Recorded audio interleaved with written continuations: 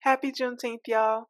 We're celebrating Freedom Day at the Black Appalachian Coalition with another installment of our digital storytelling series, Our BLAC Stories. This month, in honor of Juneteenth, we're focusing on the story of Camp Nelson and what exactly this national treasure has to do with Freedom Day. Let's start by debunking a few myths. True or false? Juneteenth is a nationally recognized federal holiday. True. As of 2021, June 19th is honored as a national holiday in the United States. Exactly 900 days after Lincoln proclaimed the enslaved to be free, Union soldiers emancipated the last of the enslaved African Americans in the Confederate South in Galveston, Texas on June 19, 1865. Since we know a thing or two about community, and since none of us are free until we're all free, we honor and celebrate June 19th as Juneteenth, aka Freedom Day. True or false? The Emancipation Proclamation was a heartfelt declaration of freedom driven by a sense of moral decency and a grand appeal to humanity and fairness. If you answered true, well, bless your heart, because it's in the right place. The answer is actually false. The Emancipation Proclamation was a war strategy. At first, Abraham Lincoln's main goal was just to keep the country together. At one point, he even said if he could save the Union without freeing anyone, he would. But war is complicated, and as the Civil War went on, Lincoln started to see that freeing the enslaved could actually help the Union win. I mean, think about it. It would weaken the South by taking away their workforce.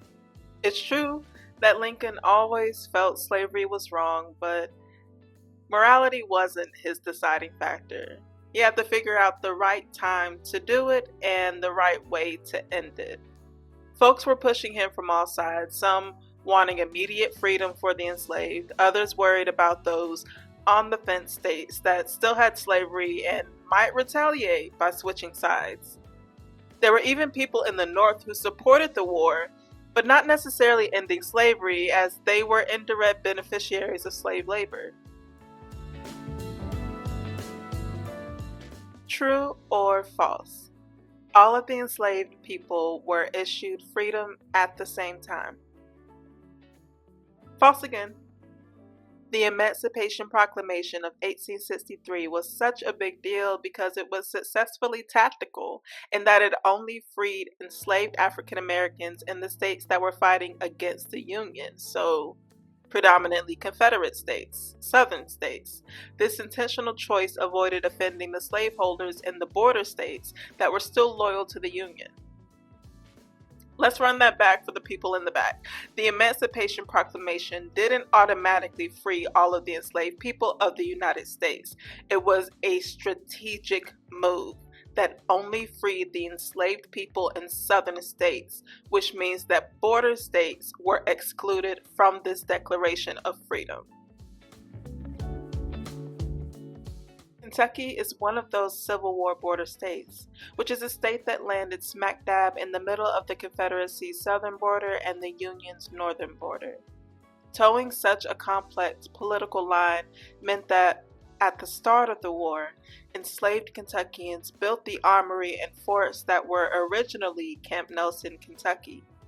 Later down the road, when enslaved men were permitted to join the army, some having freed themselves by escaping, the very same men who built Camp Nelson from the ground up turned around and trained and lived and enlisted to fight through Camp Nelson.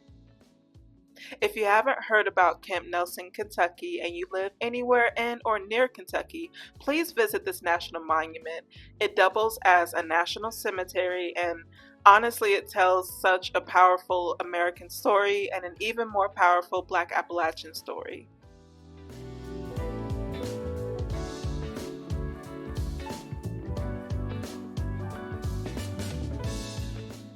More than 23,000 African Americans from Kentucky served in the Union and were recruited and trained at Camp Nelson during the Civil War. It was this key spot during the Civil War where African Americans who had been enslaved, along with their families, found refuge and where many black soldiers were actually recruited and trained. What makes it so relevant today is that it really connects with everything we're still talking about as a country: racial justice, racial injustice, civil rights, and dealing with the very real impact of slavery, which is still technically legal according to the 13th Amendment. By the end of the Civil War, more than 23,000 African Americans had joined the Union Army in Kentucky, making it the second largest contributor of United States colored troops of any state. More than 10,000 of these troops enlisted or were trained at Camp Nelson. 8 United States colored troops regiments were founded at Camp Nelson, and 5 other such regiments were stationed there during the war. In more ways than one, Camp Nelson served as the epicenter of emancipation for Kentucky, maybe even for all of Appalachia. True or false? There are multiple Freedom Days celebrated in the United States. True. Among other factors, actualizing freedom was delayed because 1, there was a literal active war going down, and 2, because of the politics and complexities of border states. Even though Lincoln issued the Emancipation Proclamation on January 1st, 1863, freedom wasn't actualized for several enslaved people until much later. Borderlands like Kentucky and some areas of Tennessee weren't really emancipated until August 8th, 1865. My hometown of Asheville, North Carolina, saw their Freedom Day just a few months before the famous Galveston, Texas. On April 26, after taking the city, a branch of the Union Army led Asheville's newly freed black folks down what is now Biltmore Avenue and left the mountains of North Carolina to find safer terrain. Even supposedly emancipated states like Ohio have a complex history in terms of their Freedom Day. Hi, my name is Tiana Smith, a Toledo resident, and I'm here to talk Freedom Day Toledo.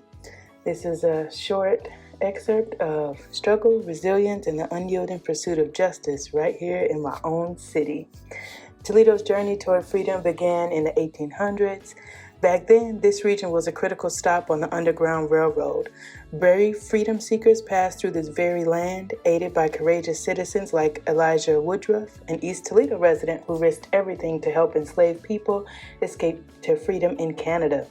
Though their actions were quiet, their impact was revolutionary. Fast forward to the 60s, Toledo, like so many American cities, was caught in the storm of civil unrest. In July of 1967, the city witnessed days of uprising as people demanded justice, equality, and a better future. There weren't just riots, there were cries from the city for recognition, dignity, and real change. And going into the 2000s, the struggle continued. In 2005, a neo-Nazi march sparked protests and unrest that reminded us how much work was and still is needed to protect our communities from hate and division. Today, or this month, as we celebrate Juneteenth, our Freedom Day, we choose to honor the triumphs as well. From the steps of government buildings to the stages of local festivals, Toledo now proudly raises the Pan-African flag and lifts up Black voices through art, music, education, and joy. Freedom isn't just a date, it's a journey, and Toledo's journey reflects our nation's full of hardship, courage, and hope. So as we enjoy celebrations this month, this week, let's remember, we walk on a ground once tread by those who risked everything for liberty. Let their stories guide us as we build a future where freedom belongs to all.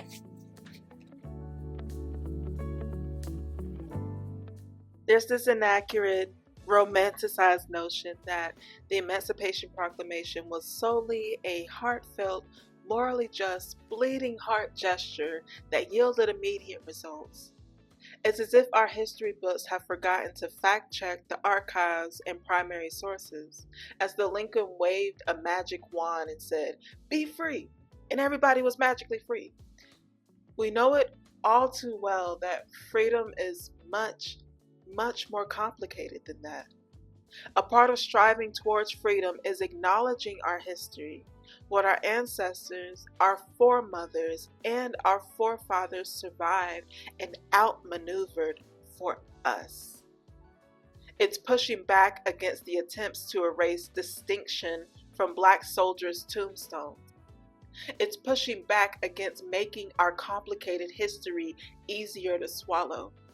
It's acknowledging where we've been with our whole chest so we can continue to move forward. This Juneteenth, do what you have to do for the sake of Jubilee. Be it eating something red to symbolize the bloodshed, gathering to celebrate life with your loved ones, or volunteering in your community. Be it learning a line dance, waving your Juneteenth or Pan-African flags, researching your hometown's emancipation, or simply resting and recovering. Celebrate Freedom Day in the ways that honor your truth. For more information about the Black Appalachian Coalition, visit our website, follow us on Facebook and Instagram, and subscribe to our YouTube channel to keep up with our latest Our BLAC Stories digital storytelling videos. For citations, sources, and additional readings, please check out the information in our show notes.